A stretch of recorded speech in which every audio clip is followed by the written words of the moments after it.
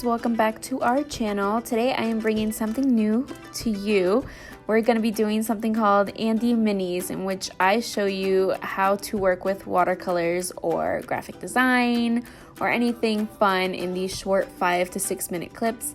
And today I am showing you actually this printout of my watercolors. Anytime I get a watercolor palette, I think you should do this, in which it shows you what the color looks like on paper, so that you don't have to make a little swatch at the corner of your paper like I used to do. So today I am going to show you how to mix your colors to make them look like your own. I tend to go for a more muted color palette.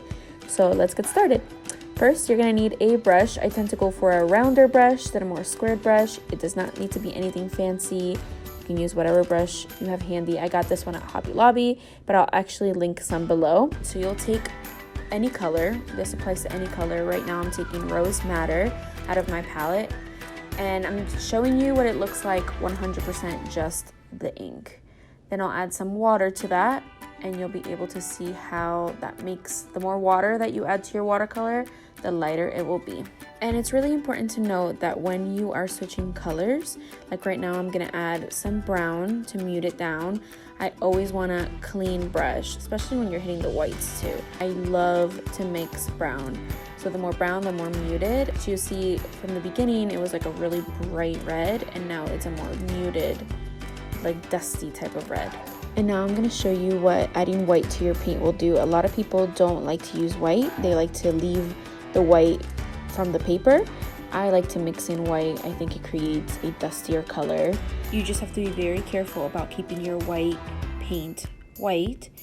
But if you do get it dirty, like mine is right now, don't worry. You can always just wash it off with a little bit of water and a clean brush. So now I'm just going to do all the colors so that you see what it looks like when they're watered down, when they have brown, and when they have white. And then I'm also going to show you what it looks like to mix some colors, like here, permanent red and orange. You can mix colors to achieve either a warmer look or a colder look.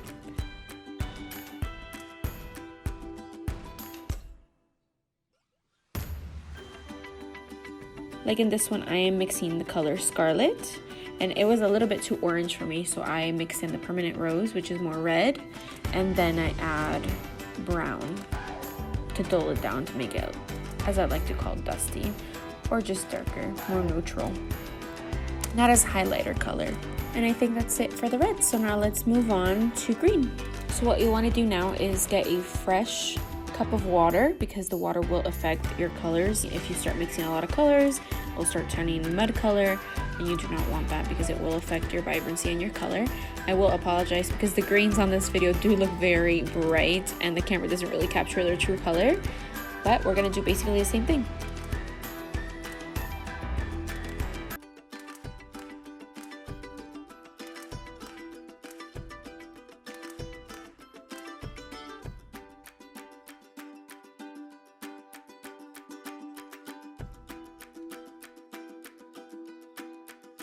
This color is Hooker's Green, and it's actually named after William Hooker that basically made it, because he needed an exact color of green for all the leaves that he was painting, because he was a botanical illustrator. And the last thing I want to show you is how to mix more olivey tones to your greens.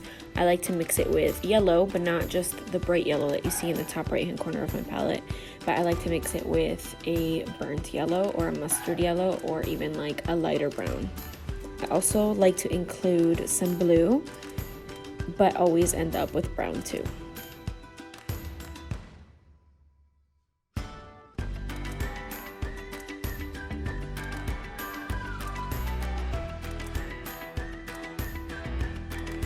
And that is it for today's video. Thank you so much for watching. I hope that you guys liked it.